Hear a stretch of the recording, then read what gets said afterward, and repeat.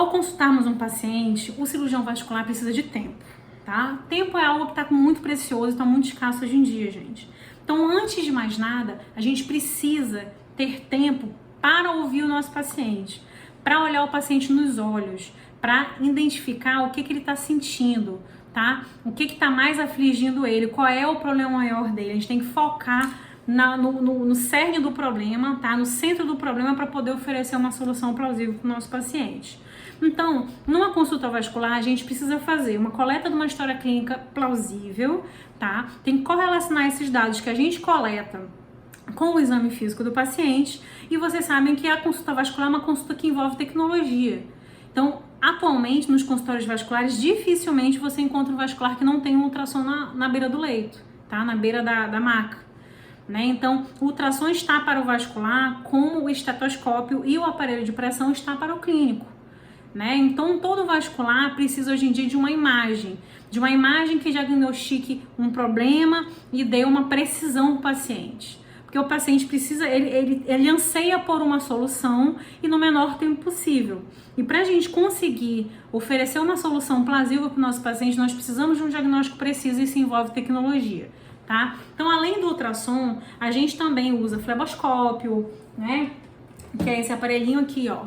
Esse aparelhinho aqui, ele emite uma luzinha vermelha por essas lâmpadazinhas aqui, tá? E a gente faz a transiluminação da pele do paciente para poder identificar a veia para fazer o tratamento. Só que ele só consegue alcançar até 3 milímetros de profundidade da pele, tá? Então, quando a gente tem paciente que tem um panículo adiposo mais espesso, tá? Gordurinha na pele, então muitas vezes a gente precisa usar outras tecnologias, como o aparelho de realidade aumentada, tá? O aparelho de realidade aumentada é esse aparelhinho aqui, tá? Existem outras marcas que também fazem a realidade aumentada, então isso fica a critério de cada profissional. E a gente usa também para fazer a transiluminação da pele, né? Então aqui, ó. E transiluminar, não dá para ver muito bem, mas transiluminar a pele, localizando as veias, tá? Esse aparelho, ele consegue pegar até 10 milímetros de profundidade da pele, tá bom? Então ele é um pouquinho mais preciso que o fleboscópio, né? E ele serve para identificar as veias, inclusive as veias nutridoras, tá? Então, pra gente tornar o tratamento, principalmente das varizes, um tratamento mais assertivo, né? Então, a somatória da história clínica com exame físico, utilizando recursos tecnológicos, a confecção do ultrassom para fazer mapeamento dos vasos, tá? Seja artérias ou veias, né? É muito importante, porque a gente consegue dar um diagnóstico mais assertivo para o paciente, tá? Então, o paciente consegue, num período menor de tempo, um tratamento mais eficaz, mais efetivo, e que provavelmente ele não vai ter que procurar nem tão cedo novamente um cirurgião vascular. Lembrando que é muito importante a gente praticar a medicina preventiva em cirurgia vascular. Então, a gente sabe que alguns problemas vasculares, eles são problemas crônicos, tá? Então, o paciente, ele precisa ter um período em que ele volta constantemente, tá? De 6 em 6 meses, de ano em ano. Isso aí é estabelecido de acordo com o caso de cada paciente. Mas é importante que ele pratique essa medicina preventiva para evitar de deixar progredir as doenças vasculares, e quando procurar o médico, procurar numa situação um pouco mais grave, que tenha mais demandas, certo?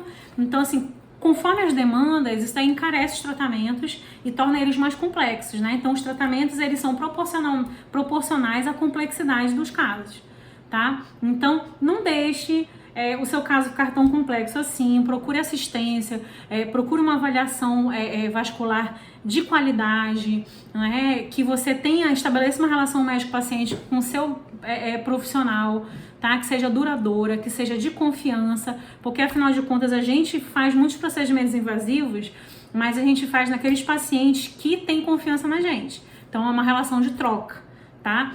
Essa relação de troca a gente só consegue se a gente tem uma consulta médica de qualidade, que leva mais tempo, que a gente coleta todas as informações, essas informações ficam arquivadas, tá bom? A gente faz o registro dos tratamentos para o paciente ver o processo evolutivo dos tratamentos, tá bom?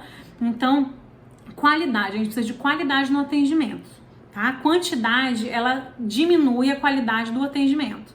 Então, a gente preza, aqui no consultório nós prezamos muito pela qualidade do atendimento, que um paciente satisfeito é insuperável. Ele tá feliz com a vida, ele conseguiu aquilo que ele quis, ele tá satisfeito, ele vai sempre ter uma boa relação com o seu profissional, tá bom? Então, esse é o motivo pelo qual a minha consulta de primeira vez, ela demora mais do que as outras consultas. Via de regra, ela demora bastante, tá? Eu acho que ela demora o tempo suficiente, que é importante para eu ter as informações que eu preciso, para eu também conversar com o paciente, ele lembrando de algumas informações que ele não lembra, tá? Que só vai lembrando com o tempo, tá bom? Então, eu acho que a consulta mais importante é a consulta que a gente não pode desviar o foco, tá? E que a gente tem que priorizar. Sempre a primeira consulta é a mais importante.